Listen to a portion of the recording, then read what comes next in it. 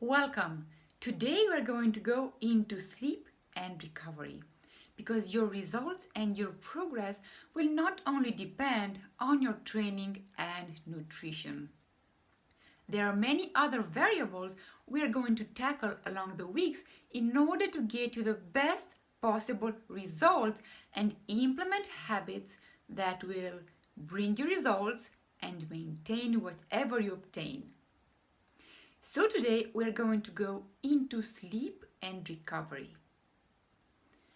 Imagine two women you know. For example, one of them is a fitness model you've been following, so she clearly knows how to slim down correctly and has the body to show for it. And the other one is what you may fear the most.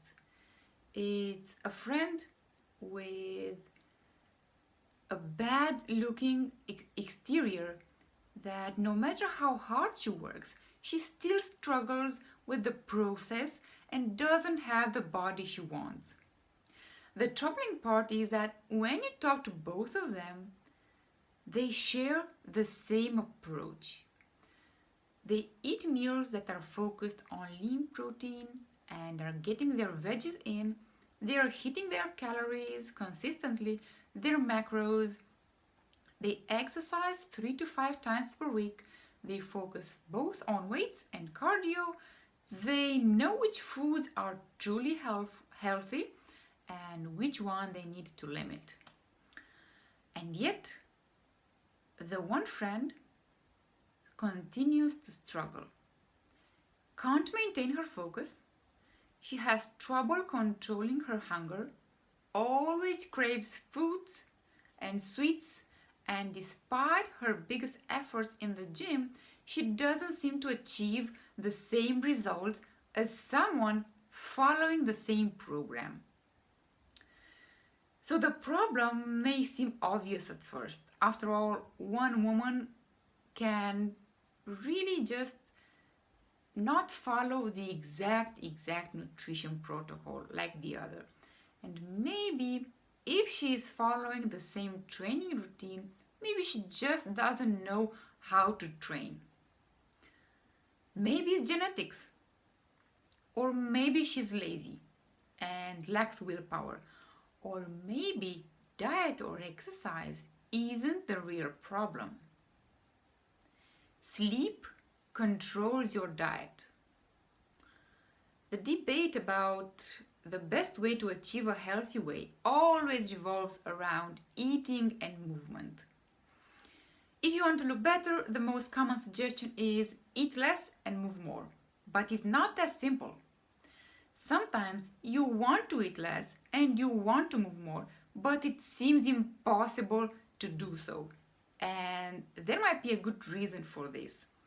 Between living your life, being a mom, working, getting house done, the shopping, the cooking, exercising, you just forget to sleep enough. Or maybe you don't realize that the sleep is the key to being rewarded for your diet and your fitness efforts. More than 35% of people are sleep deprived. And when you consider that the statistics for obesity is nearly identical, it's easy to connect the dots. Not sleeping enough, that is less than 8 hours of sleep per night, can reduce and undo the benefits of dieting. There was a study conducted where dieters were put on different sleep schedules. When their bodies received adequate sleep and rest, half of the weight they lost was from fat. However, when they cut back on sleep, the amount of fat loss was cut in half, even though they were on the same diet. What's more, they felt significantly hungrier, were less satisfied after meals, and lacked energy to exercise. Overall, those on a sleep-deprived diet experienced a 50% reduction in fat loss compared to their well-rested counterparts. Poor sleep changes your fat cells. And I know this sounds weird, but think about the last time you had a bad night of sleep. How did you feel when you wake up? Exhausted, dazzled, confused, maybe even a little grumpy? It's not just your brain and your body that feel that way. Your fat cells do too. So when your body is sleep deprived, it suffers from metabolic grogginess. It's a term which the researchers in the University of Chicago used when they analyzed what happened after just 4 days of poor sleep. Something that commonly happens during a busy week. One late night at work leads to 2 late nights at home, and the next thing you know, you are in sleep debt. But you could think that it's just 4 nights, so how bad could it be? And you might be able to cope just fine. After all, coffee does wonders. But the hormones that control your fat cells don't feel the same. Within just 4 days of sleep deprivation, your body's ability to properly use insulin becomes completely disrupted. When your insulin is functioning well, fat cells remove fatty acids and lipids from your bloodstream and prevent storage. When you become insulin resistant, fats that circulate in your blood pump out more insulin.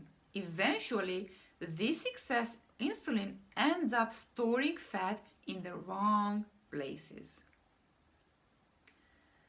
Lack of rest makes you crave food. Many people believe that hunger is related to willpower or learning to control the call of your stomach, but that's wrong. Hunger is controlled by 2 hormones, leptin and ghrelin. Leptin is a hormone that's produced in your fat cells. The less leptin you produce, the more your stomach feels empty and you feel the need to eat. The more ghrelin you produce, the more you stimulate hunger while also reducing the amount of calories you burn and increasing the amount of fat you store. In other words, you need to control both leptin and ghrelin to successfully lose weight. But sleep deprivation makes this nearly impossible. Ever had the conversation with yourself which went like this: I really shouldn't have that extra piece of chocolate, but then again, one piece won't hurt, right? Turns out, sleep deprivation is a little like being drunk. You just don't have the mental clarity to make good, complex decisions, specifically with regards to the foods you eat or the foods you want to avoid. This is why sleep deprivation destroys all diets. Also, sleep sabotages your time inside the gym. Unfortunately, the disastrous impact spreads beyond diet and into your workouts. No matter what your fitness goals are, having some muscle on your body is important, and I discussed this in the training webinar. Muscle is the enemy of fat. It helps you burn fat and stay young, but sleep, or more likely lack of sleep, is the enemy of muscle, because sleep debt decreases protein synthesis. So it causes muscle loss, and this can also lead to a higher incidence of injuries during your workouts. The connection between sleep and weight gain is hard to ignore. Women who are sleep deprived are a third more likely to gain 15 kilos over the next 16 years than those who receive 8 hours of good quality sleep per night. And if you think about the connections to obesity, diabetes, heart failure, this goes beyond just looking better and seeing results from your diet and exercise efforts.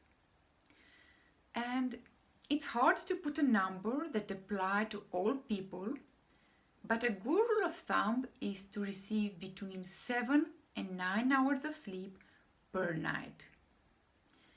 It may not seem like much, but it could make all the difference and mean more than any other health decision you've made. So your task for this week, and starting with this week, is to analyze how much sleep are you actually getting. At what time are you going to sleep? And how exactly are you waking up in the morning? Do you feel like you're very tired and you just want to go to bed to sleep? Or are you ready to hit the day and smash it? After you do this, I want you to start increasing the amount of sleep you get by 30 minutes every 3 to 5 days until you reach a minimum of 7 hours, ideally 8 hours. Try to go to sleep before 11 p.m. 10 p.m. at night would be best. This is your task. Get to it.